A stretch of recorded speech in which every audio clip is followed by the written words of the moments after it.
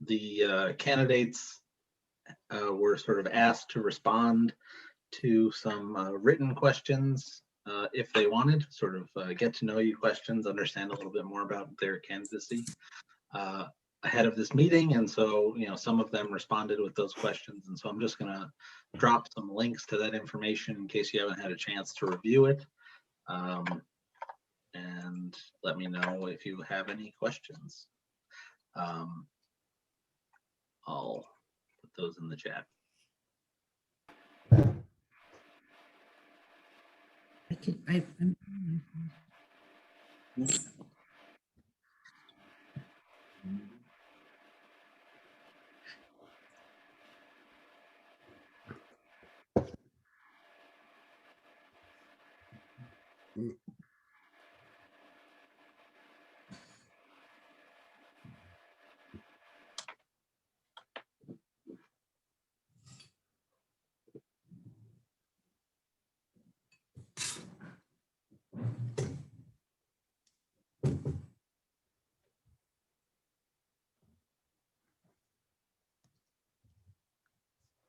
Okay, Jess, you think we're ready to roll?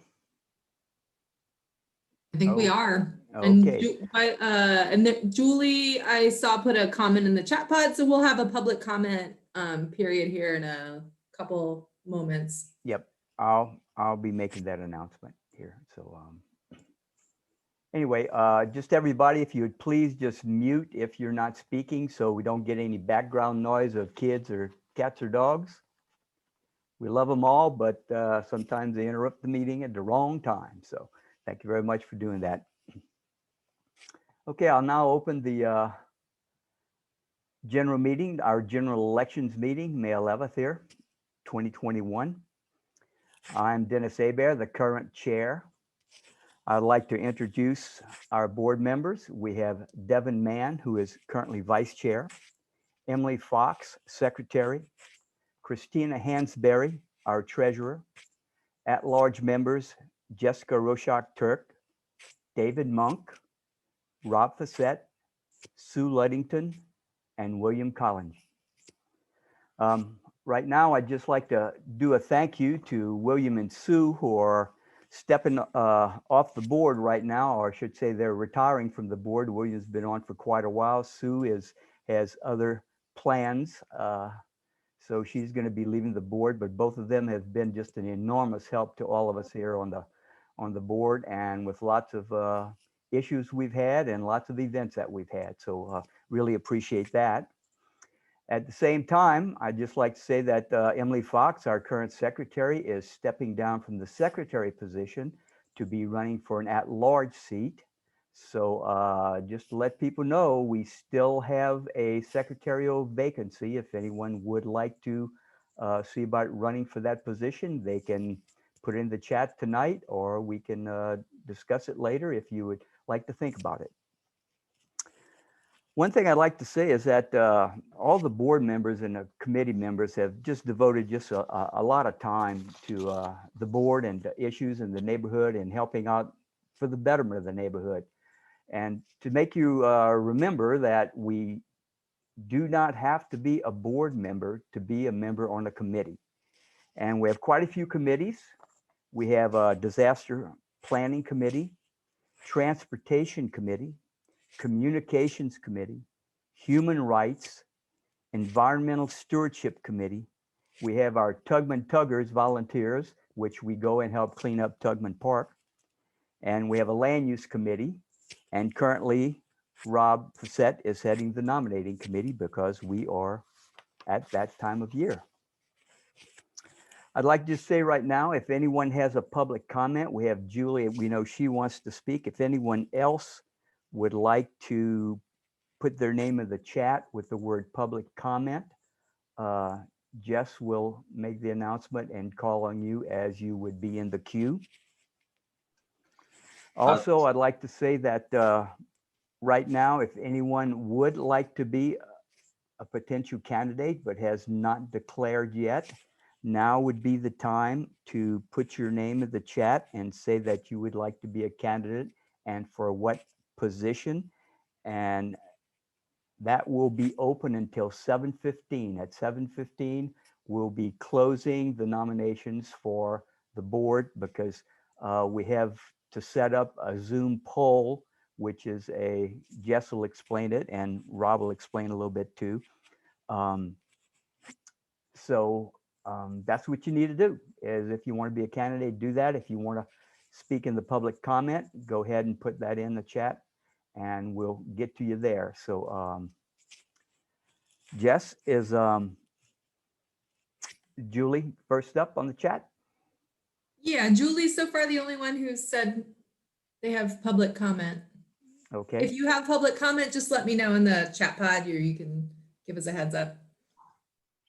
Well, thanks so much. I'll be quick because you guys have some important business, but I did want to get on your radar that Lane County is starting to think about East 30th from Agate to McVeigh and how it can better serve all modes. And I'm sure you know that well. I see it borders your neighborhood.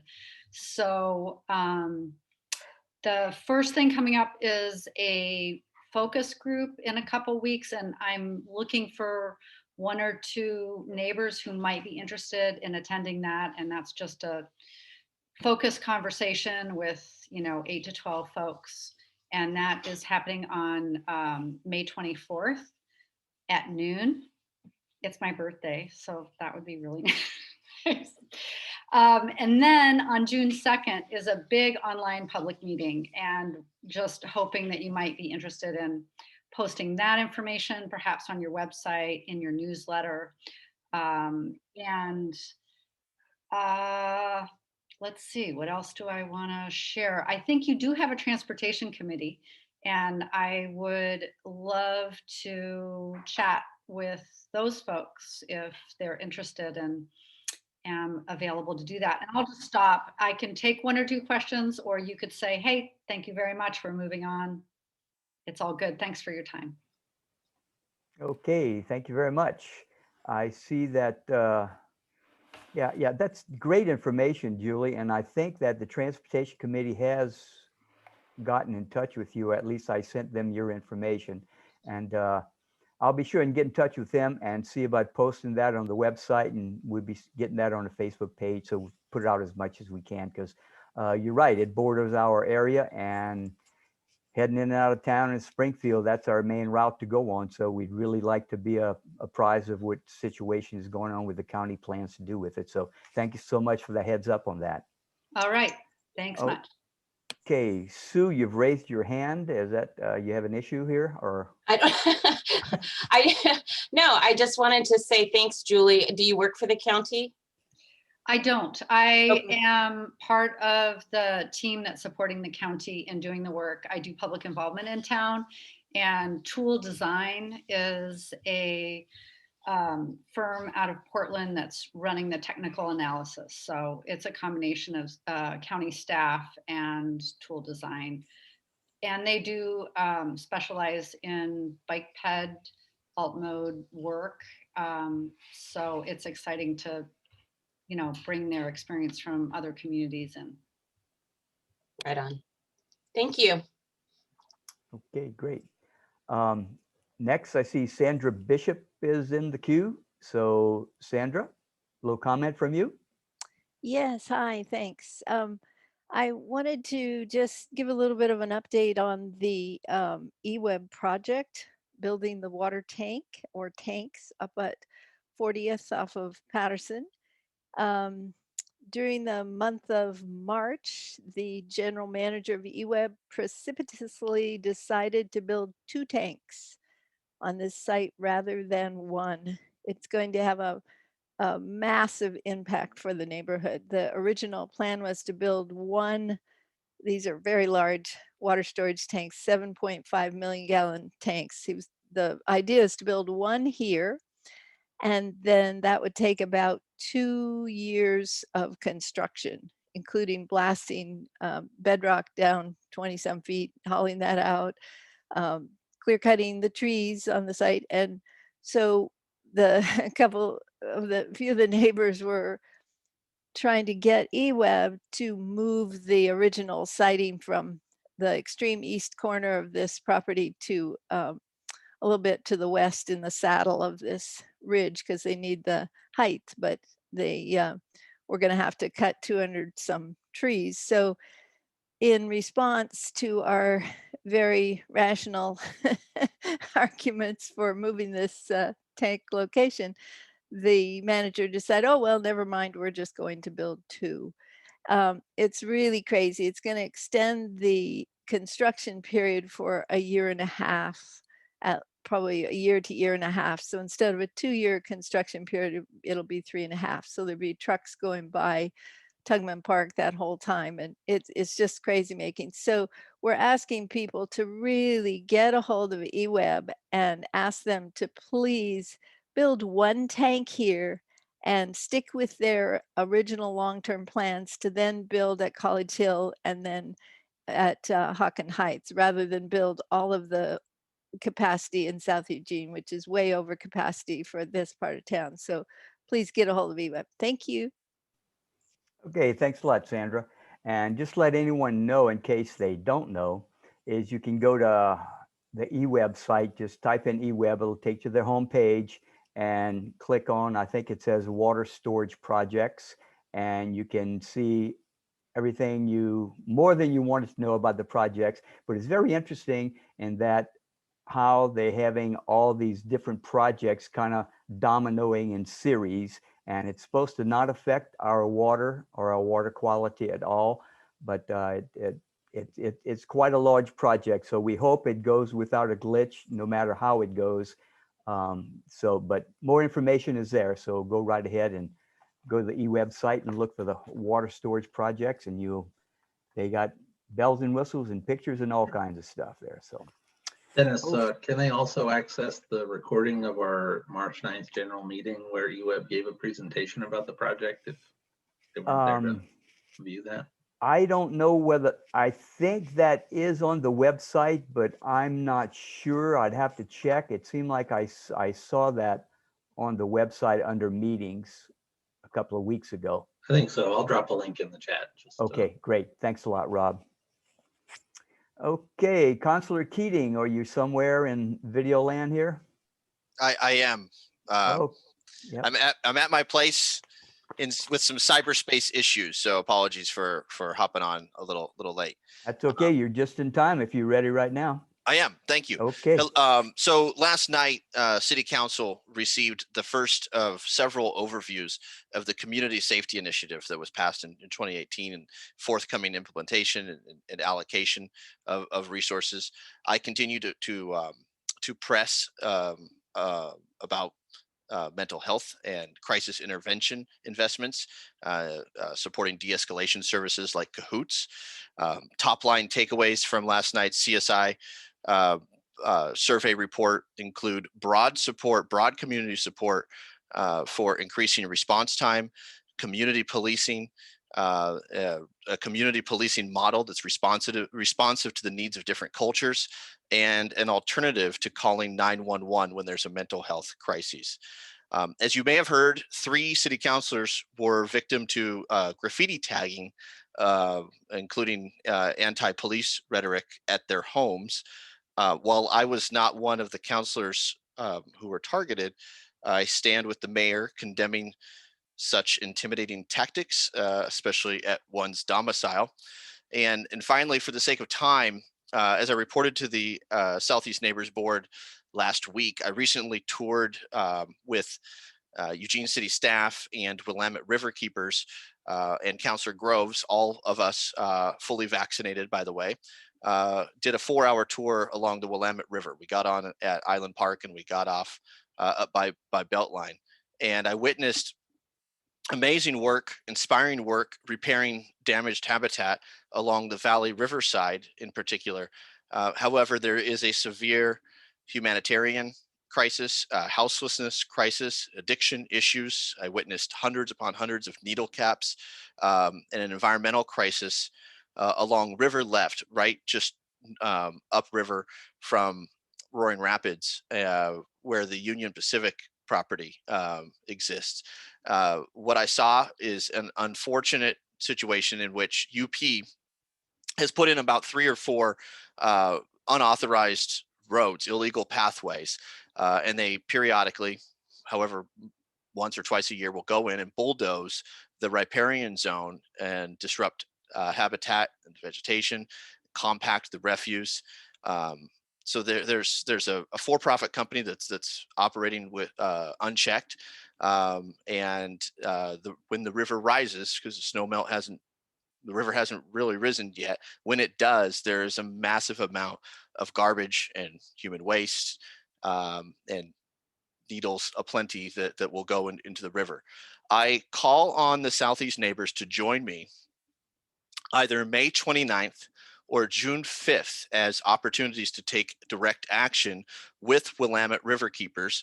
I'd be thrilled if Southeast neighbors would promote or adopt one of these 2 days or both as a day of action, and promote it through our newsletters, promote it through our email interaction. But the river, though it is not obviously in South Eugene in Ward 2, that river belongs to all of us. And it's up to all of us to help keep it clean. And I hope you'll join me on one of the aforementioned dates to take direct action. Thank you.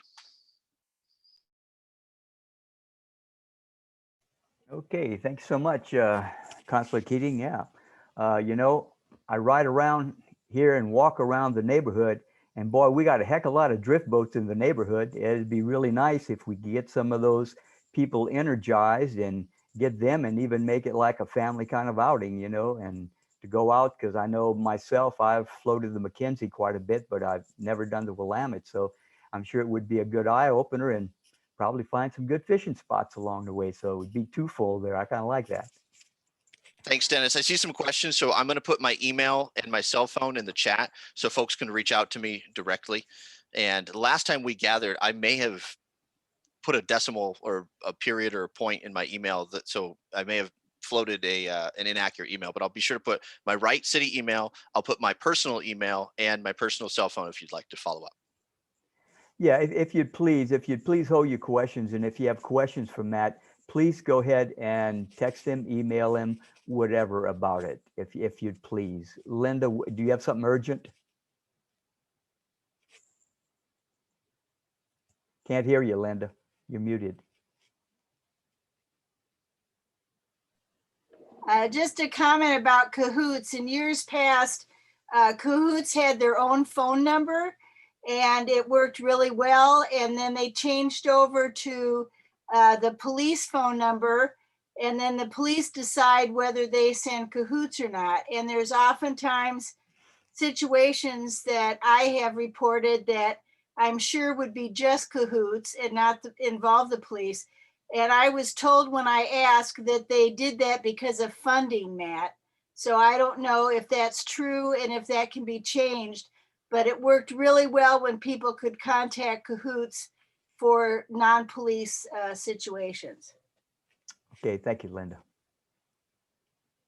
Matt, you check into that, I imagine? Okay, thanks so much.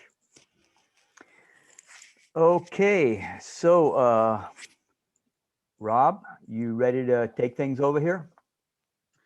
Sure.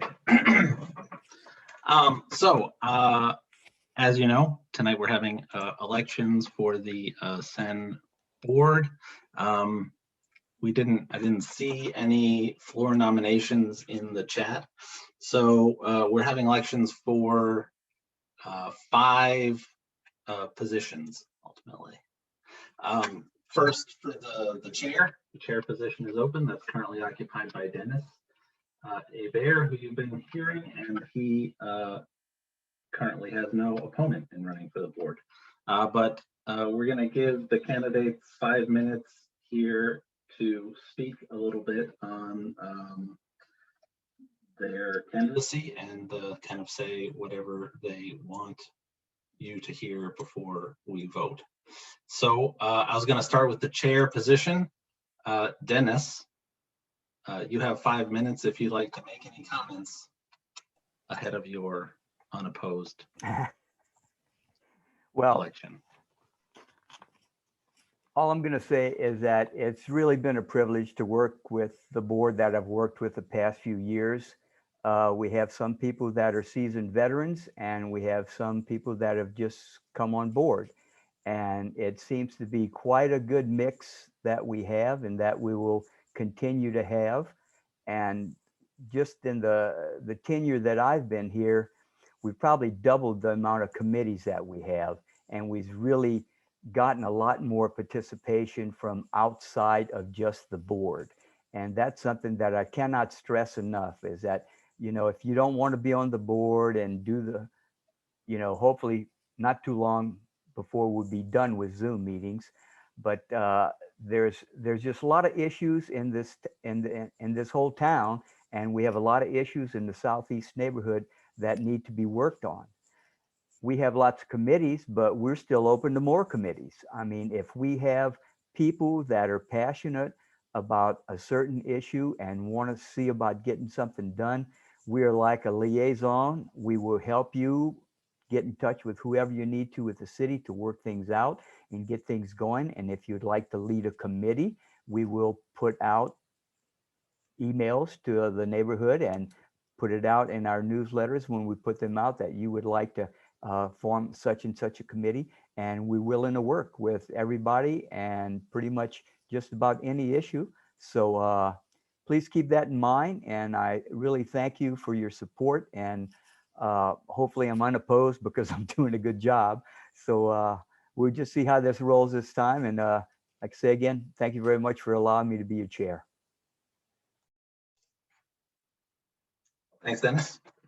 The secretary position is also open, but currently has no candidates. Seeing Matt Keating's hand raised. Oh, he's clapping. Seeing Matt Keating clapping. I was applauding Dennis. Perfect. Anyway, we currently have no candidates for the secretary position. So what will happen with that position is it will remain open. And, you know, we'll keep looking for someone. And if a candidate comes forward sometime after this meeting, the existing board will be responsible for taking that person on and electing them until the next member meeting when that person will be ratified as the secretary. So keep that in mind if over the next, you know, month or so you feel some fear that you're missing out on what's going on in the board. And then finally, we have 3 open at-large positions, at-large board member positions. And for those 3 positions, we have 4 candidates. So I have randomized the order of the candidates, and I'm going to give them 5 minutes each to kind of say what they want to say. Those who, just as a reminder, those who responded to the written questions, I dropped those links into the chat a little earlier, and you can access those if you want to learn even a little bit more about the candidates. So the first at-large board member is Lynn McDonald. Candidate Lynn, I thought I saw you here. If you want to take 5 minutes to say what you'd like, please, now is the time. Okay. Hi, I'm Lynn McDonald. I used to be on the SEN board and my life got crazy and I had to let a few things go. But now I'm finding that I have a lot of time again and I've kind of missed it. I've lived in Southeast Eugene for 36 years. And before I retired, I was mainly doing graphic design and photography. And I am told that the board is going to need someone to do the newsletter and the postcards again, and which I used to do for them. And so that's what I think what I have to offer to the board. I found it really interesting to know what was going on in the neighborhood. I learned so much, and I mean, I would encourage anybody to come to the meetings because there's a lot going on, and to kind of to hear from the behind the scenes what it is about is very, very interesting. So that's really all I have to say. I would would love to get back involved again. So thank you, guys. Thanks, Lynn. Lynn McDonald, at-large board candidate. Going second among the at-large candidates, I have Ella. Ella, I thought I saw you here earlier as well. Yes. So if you'd like to take 5 minutes, and please go ahead. Thanks, Rob. So my name is Ella Kubok, and I am one of your most maybe recent neighbors joining the neighborhood. I moved to the area in August last year. I've lived in Eugene for about 6 years now. And I just really love our neighborhood. I'm very involved in all things housing through my professional life because I work for Homes for Good.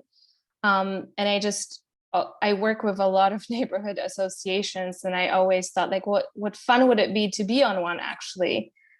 So here I am today, and yeah, I'm just really interested in just getting to know what the neighborhood and the community is sort of working towards, and really impressed with all the committees, like the Human Rights Committee and the Preparedness Committee, especially when we talk about wildfire preparedness. That has been something that is definitely on my mind living in our neighborhood. So I'd be happy to just collaborate together and make our neighborhood a welcoming space for folks who are moving into the neighborhood. And as we kind of hopefully leave the area of just Zoom meetings, I'm looking forward to just interacting and getting to know the people that live in my neighborhood. And it felt like one of the opportunities would be to meet you all through this engagement. So I decided to join a meeting a few weeks ago, and yeah, and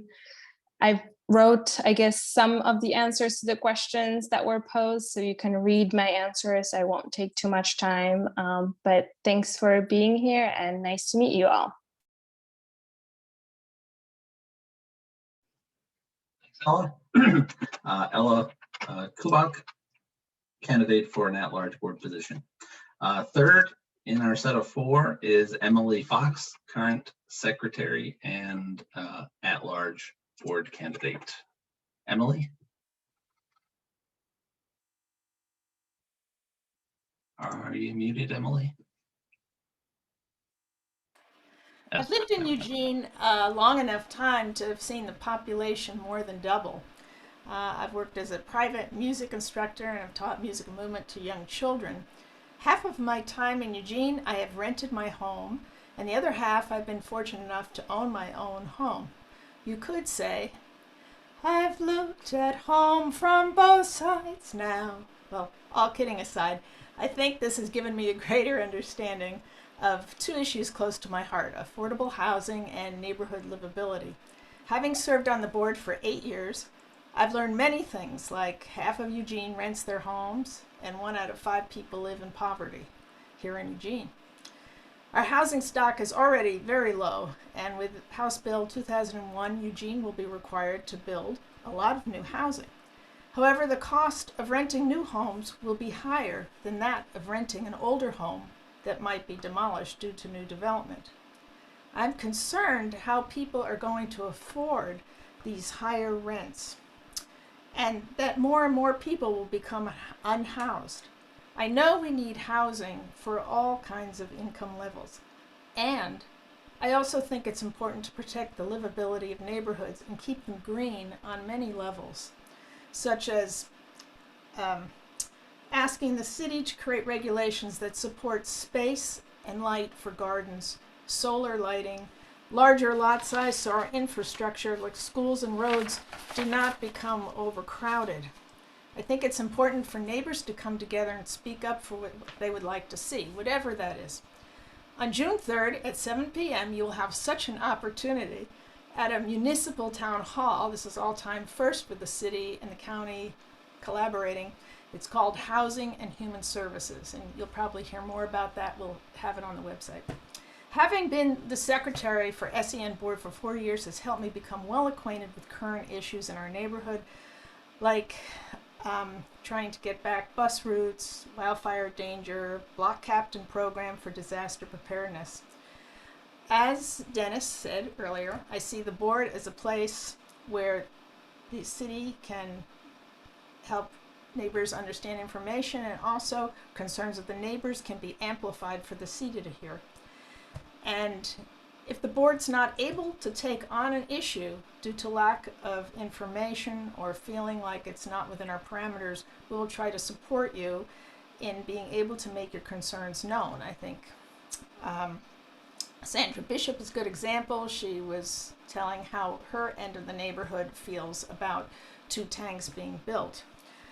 And as Dennis said, anybody can start a committee or become a group that voices its opinions. If re-elected to the board, I will continue to be on the land use committee and help with annual picnic like I always have, and deal with any arising environmental issues. In the past, I helped to work on the Amazon headwaters area to help it become a conservation area for hikers, bikers, and wildlife habitat. Last of all, I would like to encourage all of us to vote for Dennis. When the board was going through a rough time, Dennis stepped up. It wasn't his first choice, but he decided to do it. And underneath that cheerful, down-home persona is somebody who's very dedicated and hardworking and has helped the SEN board to flourish and become very responsive to the whole neighborhood. Thank you.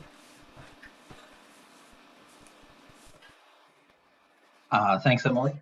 And our last, Emily Fox, candidate for at-large board position. And the last of our 4 candidates is George Ayers. George, I thought I saw you here earlier. If you'd like to take 5 minutes. Yep. Now is your time. Thanks. Oh, okay. Yeah, I'm just looking to do this. I moved here about 6 years ago, moved back to Eugene. I moved here originally in the mid-90s, left for a little while for my wife to do graduate school. We're back, we have a family, you know, I want to be involved in the neighborhood as much as possible. I like that, you know, our specific street is slowly becoming young families, which I think is a really positive thing for the neighborhood. And so I just want to, you know, be a younger voice, be able to be involved with decision making. Like when I talked to you, Rob, you know, we both had this idea that it was nothing but retired people that did this. And, you know, not that there's anything wrong with the retired people. I just want to have a younger voice that, you know, I have young kids. I want to make the neighborhood something great. But also, you know, wildfire is really something that's on everybody's mind. And there's other, I think what Dennis said earlier, which was, you know, we have this wonderful neighborhood, but there are like little problems and there are little things that need addressing. And I want to be involved in how the neighborhood deals with that and how we move forward. And I don't want to take a, you know, a passive role in that. So I guess that's why I'm doing it, is to, you know, I'm going to be here. I'm going to raise my family here. So I want to be involved in how the neighborhood is shaped. And I guess that's what I would say. Because I love it. It's an awesome neighborhood. It's great to be here, and I want to be involved in how it moves forward. So that's what I would say. Thanks, George. Yeah. George Ayers, at-large board candidate. So that concludes at this time the statements from our candidates. Thank you, Dennis.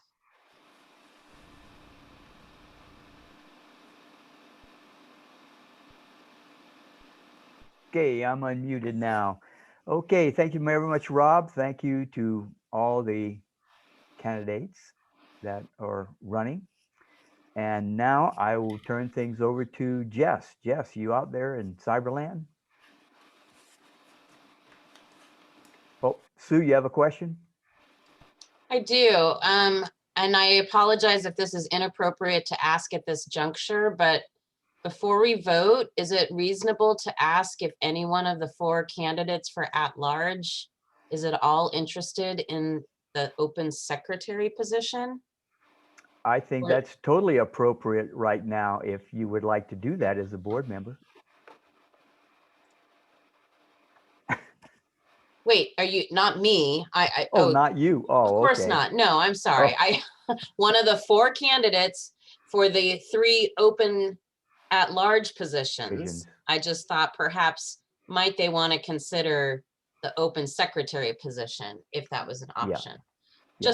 Just to give people, you know, Yep. because obviously there will be you know, I guess for lack of a better word, an elimination, right? So Yeah. Yeah. just an idea. Yeah. Okay. Well, that's something that, you know, I don't know if any of the 4 members have thought about the secretary position or not, but if they would like to come forward right now and say they would like to be secretary, that would be fine.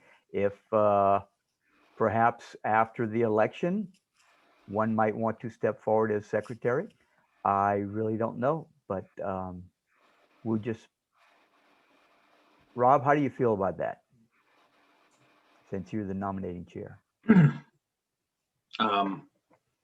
You know, I gave the candidates an opportunity to step forward for the secretary position already. Okay, thank you very much. Then we will proceed with the election. Jess, you ready to take over? Sure there. So we are going to do a vote during over our Zoom poll. So it'll automatically pop up on your screen, hopefully, unless if anybody is anybody using a Chromebook out there? So if there are any technical issues or you are calling in, perhaps there's some couples out there who are sharing a computer screen and wish to vote separately and have both your votes counted. We are counting votes over our email address of Southeast Eugene Neighbors as well during the voting. So I will open the Zoom here. Can somebody put the Southeast Neighbors email address in the chat pod for me, please? And that is where you would send your vote selection to if you're having any problem with the poll whatsoever. Thank you, John. I want to give John some recognition for all the work that he does for Southeast Neighbors. He's one of the non-board members who does so much volunteer work with us. Thank you. So you can send your vote to Southeast Neighbors, that email address that's in the chat pod if you're having any problems, if you needed another vote counted from your household, or if you are happening to be calling in. I don't think we have anybody calling in right now that I can see.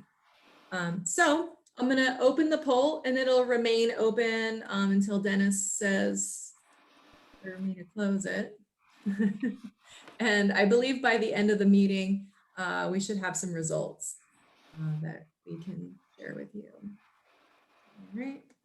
Any questions? All right.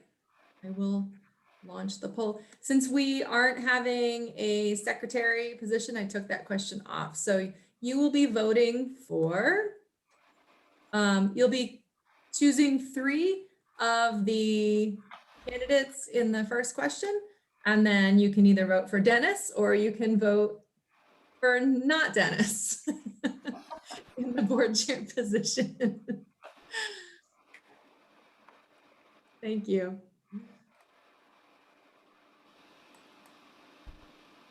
Okay, thank you much there, Jess. Yeah, we'll probably keep the poll open for about 5 minutes. I think that should be plenty enough. In the meantime, we have one of our board members, David Monk, who is quite active in the disaster preparedness. David, you ready to make your presentation? I am. Okay. All right, thank you. I am just one of several members, volunteers, running our disaster preparedness committee. Jess referenced John Q. Murray. He's a huge part of what we do. Don Matheny is with us tonight. Don's the author of our neighborhood disaster plan. Larry Kirkpatrick runs our communications network. Eduardo Tapia is a member doing really great work for us. and Tony Cooley does a lot of our mapping. So those are just some of the core groups of our, I'd say our steering committee. There are over 50 neighbors who are volunteering in various capacities.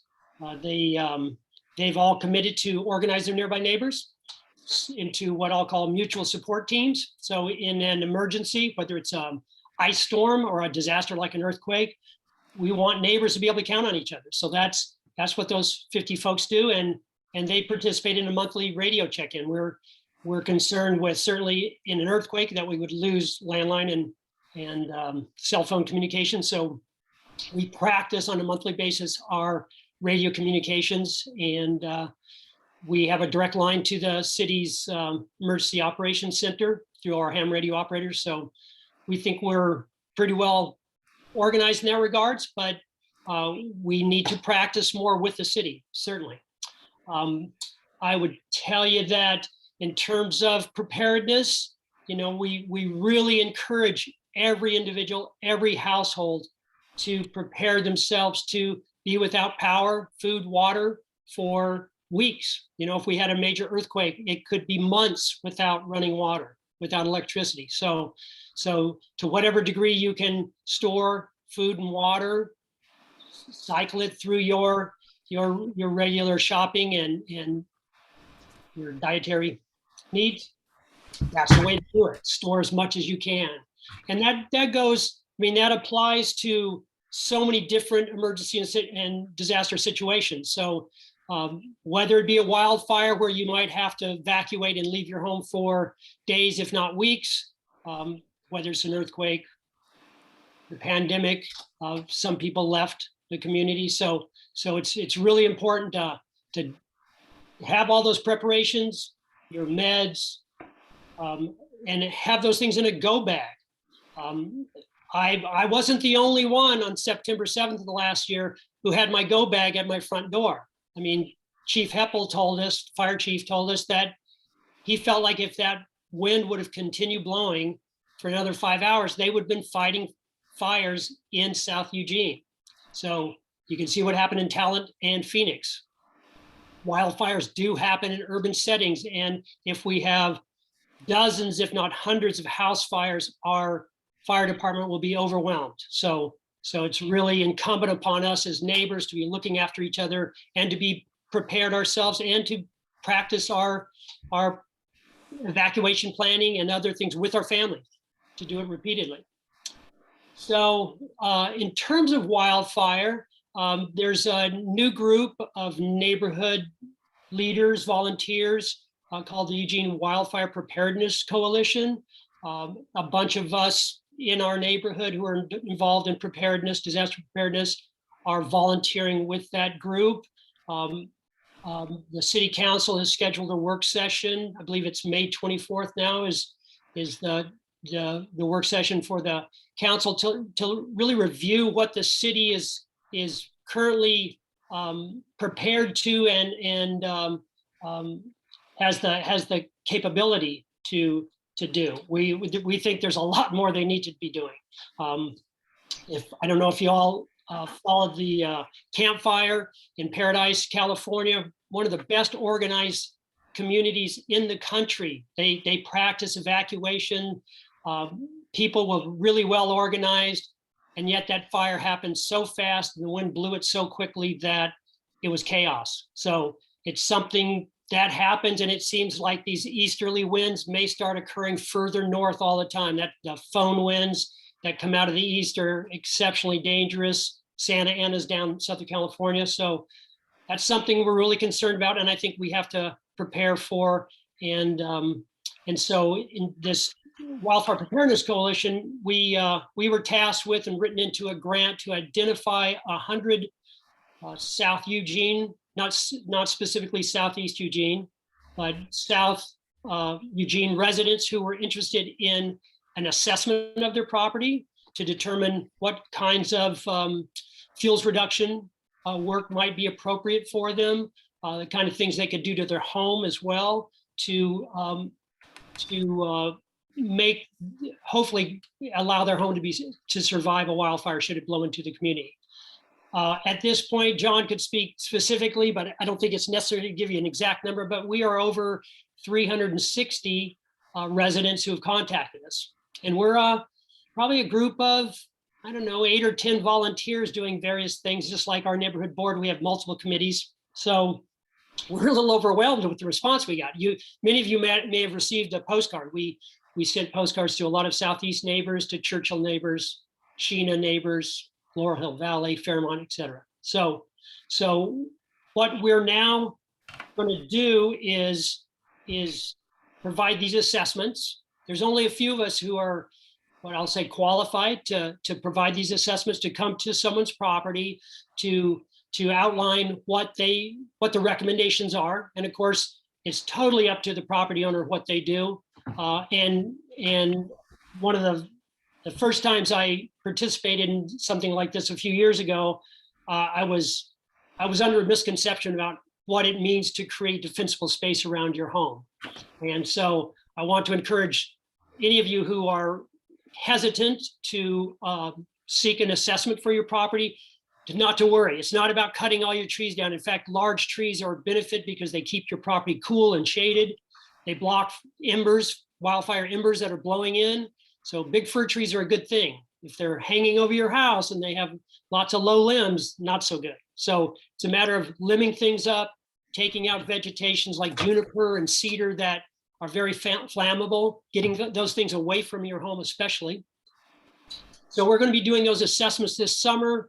We're working on evacuation plans. We're currently doing a tabletop exercise with an area HOA, and we're hoping to develop the fire department. We're working with Eugene Springfield Fire. They've provided us with their evacuation maps, and as they tell us, we have no idea where the fire is going to come from, so we can't give people evacuation routes. It doesn't make sense, but we can help you identify your many, hopefully, evacuation routes out of your immediate neighborhood. Out of your immediate part of the neighborhood. And I have a new neighbor about 5 doors down from me that lost his home. He and his family moved up here from Paradise, and he and I have had quite a few conversations, and I want to share with you the one recommendation and what he's going to do. I live pretty close to Spencer Butte Middle School. He's walking his family to that field. So when you think about evacuation, if we're all evacuating at the same time, we're all going to be on the roads, we're all going to be jam-packed on the streets, right? So think about the nearest big open space you can get to, whether it's a parking lot, a park, whatever it is, that's the way to look at it. And so you want to have that go bag, and you want to have all your important papers copied in that go bag, or in a place where you can get them in the go bag quickly, and you want to throw that on your back and go. So that's, we'll be doing the assessments. We'll be doing some evacuation trainings on September 12th. You'll be seeing this, you'll receive an invite, all of you neighbors who are on our email list. If you're not, please get on the email list so you can be invited to a citywide evacuation exercise. It'll be at Amazon Community Center. We'll do some communications trainings there. We'll do some on the ground, going door to door in the neighborhood. And we'll have neighbors that have special needs and need support, and it'll help us practice the kind of skills that we'll need to look after each other in a situation like that. Real briefly, in terms of the kinds of things you would want to do to your own property, the whole defensible space concept has come out of a rural landscape, and they talk about 100 foot around your home. Well, clearly we don't have that, right? We have, I have my neighbors 10 feet away, right? So there's something called a home ignition zone. And I think that's the best way to think about that for those of us living in an urban setting. And so you don't want to, the plantings you have close to your house, you don't want flammable plants, bulbs and plants that are high water content will do well. And So that's what the assessment is all about, is helping you determine what makes sense to leave and what you perhaps should thin out, move elsewhere, limb up leaves, etc. Wooden fences attaching to your house, a gate, whatever. Really bad situation if there's a fire blowing in, if we have a wildfire, because that fence is going to ignite your house, and once your eaves are burning, your house is in big trouble. So that's a kind of thing that you would want to replace that wooden fence with some metal or some Trex, some kind of other material that's not flammable. So that's true. If your siding, a lot of us have natural wood siding, cedar siding, and obviously very flammable. They do make a product. I've seen it used on a video, a fire retardant product. You could purchase that if you had a all wood cedar sided house. My understanding is it's pretty detrimental to your paint job. So you have to, of course, apply that in anticipation of the wildfire coming in. So I don't think it's something a lot of people do. But I would, I was just in California last week and met another woman in a campground who lived in the Paradise area. She and her husband stayed and fought the fire and saved their house. And she's 100% convinced the reason that happened is they had an exterior sprinkler system. And that, I think, in an urban setting is they're not inexpensive, and they're not easy to put together and install for a home owner, but it's something that you can do, especially between your home and your neighbors. If you've got that 10 feet and your neighbor's vegetation is kind of overgrown and maybe you've talked to them about it and they like their landscaping the way it is, you might consider setting up a sprinkler system that's just going to throw water all over the side of your house and on your roof at that side, or the whole house for that matter, whatever you can manage. The problem with that being, if we have dozens of fires around town and our firefighters fighting them, the water pressure is going to drop. So if you're counting on the city water for your sprinkler system, you're probably not going to have it. So in that context, you'd need to have an exterior tank that you fill off of, off your gutters off the roof. And you need to be able to pump that water out under pressure to do your sprinkler system. So, a water tank, a power source, and a pump. So again, not inexpensive, but it's something that I think you can find my contact information. I'll put it in the chat box afterwards. And if you want to reach out to me, that's something that I'm certainly in the process of doing. And I know some other folks that we're working with that are here from California, and they have firsthand knowledge of how you go about doing that. Let's see. I think let's see, I'm not sure where you're at in your counting, but perhaps I could take some questions if somebody has something specific. And then again, I'll put my email address in the chat box. So if you want to reach out to me individually, feel free to do so. Thanks. Yeah, David, I'll just jump in first here and say that thanks so much for this. There are several people that said that they had conflicts with the meeting tonight and wanted to hear about your little presentation this evening. And one of the things I did is I talked to John Q about seeing if we could do the excerpt of it, but also I sent these people to the links to the other 3 wildfire presentations that happened last fall and this spring.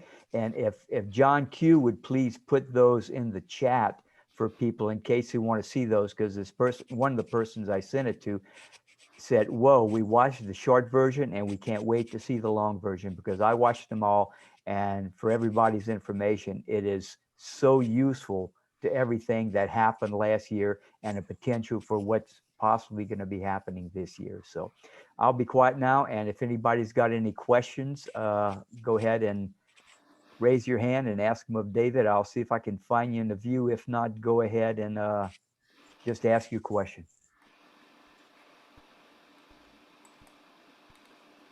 And while, if anybody's formulating one of the things that, I mentioned that work session council's having on May 24th. I don't know that there's a chance of this happening, but we are in the budget cycle for the city of Eugene. And as Matt Keating just spoke to about the community safety initiative and the monies that are that payroll tax essentially, 10% of that in the initial formulation of that ordinance was allocated to Eugene Springfield Fire. And it was essentially for, I believe, another ambulance and some EMTs. We are convinced, we being those of us who are working in wildfire preparedness, are convinced that we need a staff person at Eugene Springfield Fire dedicated to wildfire preparedness, educating the public, coordinating these various fuels reduction work that's going on and in our city parklands, on private properties. City of Ashland started out funding that position, part-time position 10 years ago with a grant. They now have 3 full-time staff people. They have assessed every piece of property in their city limits. They're a decade ahead of us, and they're demonstrating what we need to do. And so to the degree that you get involved in the budget process, you want to advocate that the city allocate funding for a dedicated position with Eugene Springfield Fire, please do so. We'll be doing that. Hey, So, David. yes, go ahead. It's Devin. I was wondering if you could share at some point, you said you're looking into a sprinkler system, like a self-contained sprinkler system for your property. Yes. So maybe sharing, I don't know, I mean, maybe you're doing it all yourself. I would be surprised, but if you have any information about like who does that kind of thing for people, like who does that kind of work, specifically for like a fire prevention or a self-contained water tank, like if you could share that at some point, that'd be probably helpful. You got it. Yeah. Yeah. And I'll tell you what, as I go through that process, I will, I'll be looking for a good buy on it. I've got one exterior tank. I think you need 1,000 gallons. So it's a fairly large tank. But yeah, I'll if I find a good source, I'll definitely convey that information. I'm thinking at present, most of the sprinkler systems, they're mandated in a lot of commercial buildings. So those are the folks using cast iron pipe. It's a very different thing than I'm thinking of using PEX or some lightweight polyethylene plastic kind of thing for mine. But yeah, I'll put something together. So and with a price list, and if others want to pursue something like that, I will have done the research. Okay. That'd be awesome. And also too, because I mean, you could have 2 adjacent neighbors that team up. I mean, they're, yes, and thoughtfully, I can see it being more cost effective if you get people living, joining in and doing it together, and also making the whole neighborhood safer by doing that as well. Yeah, excellent idea. Thank you. Matt, you had a question? No, well, yes, but also I want to frame this question as coming from a point of gratitude for your work and the committee's work and all the volunteer hours that get poured into the Wildfire Preparedness Committee. So thank you to the Disaster Preparedness Committee from Southeast Neighbors and the effort that you're leading through education and advocacy in wildfire preparedness. It's A+, and I really appreciate it. And it helps get my back when I propose things like a fireworks ban south of 18th. So what I would ask is maybe leading up to that May 24th work session, either a resolution or a coalition letter in support of such a concept. And maybe it's just an overall fireworks ban. And then the middle ground is that we would then settle for a ban south of 18th. I think that would certainly be palatable for a great many of our Southeast neighbors. So I would just welcome any semblance of support in that realm, please. You got it. Well, and Jess has already authored such a resolution, so we're there. And also, Matt, one of the other things that, and I get, let's see, one of our board members contacted me the other day and expressed something that was not too dissimilar what I've seen and heard in our neighborhood. And, you know, we all have, most of us have a chiminea or an open fire pit in our backyard. And you can see how dangerous those can potentially be. You know, it's really against the city code to have an open flame if you're not cooking anyway. But my sense is that we should not allow the use of them during the fire season. And it could be south of 18th Street, but in the South Hills, it's just not a good idea. I know we're all accustomed to it, and many of us enjoy a fire, so it's going to be a difficult thing to convince everyone that this is a change we need to make, and hopefully, you know, people can enjoy it in the fall, early spring months, but not during the summer. So anyway, any other questions? I'm betting you have the results from the elections, yeah? Okay, Jess, you ready? I do. Would you like to have the numbers or just the top three? Let's see, Dennis, congratulations. Congratulations. You got 100% of the vote. No abstentions.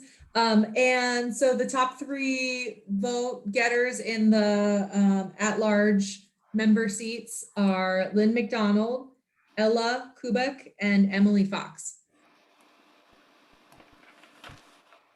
Okay, thank all of you very much, and we'll be in touch. And I'd just like to say that nobody's really a loser because, you know, like if George, if you want to get into any of the committees, we'll definitely welcome you into the committees. And if you would like to be secretary, that is also a wonderful thing. So think about that, and we'll just kind of go from there. And like I say again, I'll be in touch, I think. Well, yeah, Rob has all of the emails of the people that applied for the candidacy, so I'll be getting them to you, and I'll be sending an email out shortly, and we'll see about getting together soon and welcome you aboard. So also thanks everybody for coming to this meeting and participating. It's appreciated. We have, I think, a very good turnout this evening, and that's nice to see. David, thank you so much for your presentations. They're always good. I've heard a lot of them, and they're always more informative every time I learn something new, so that's really good. And to your sidekick, John Q, behind the scenes there.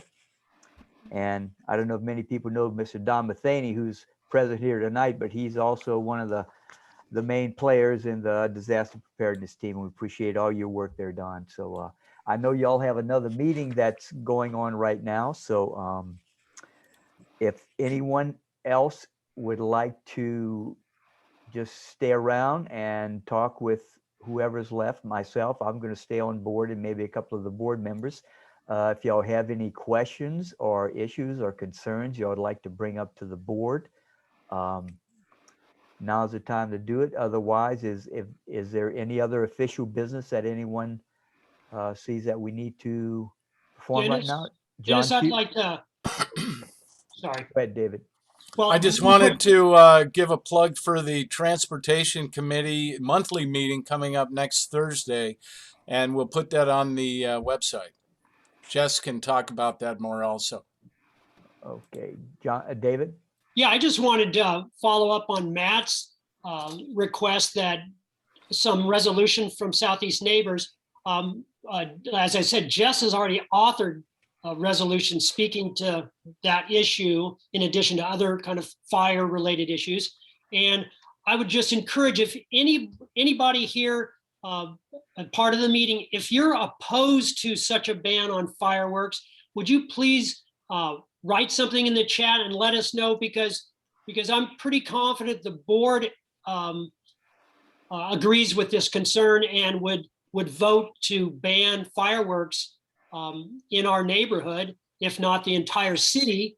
And we always want to be careful about doing that kind of thing because we don't know how you all feel about it. So to the degree that any of you feels like fireworks are not as dangerous as they're being portrayed or they're important in your life, please say so in the chat box or reach out to myself. Again, my email's in the chat box. Reach out to Dennis and let us know because we will likely be voting on such a resolution in the very near future. Thanks. Matt, you have something to say? Yeah, quickly.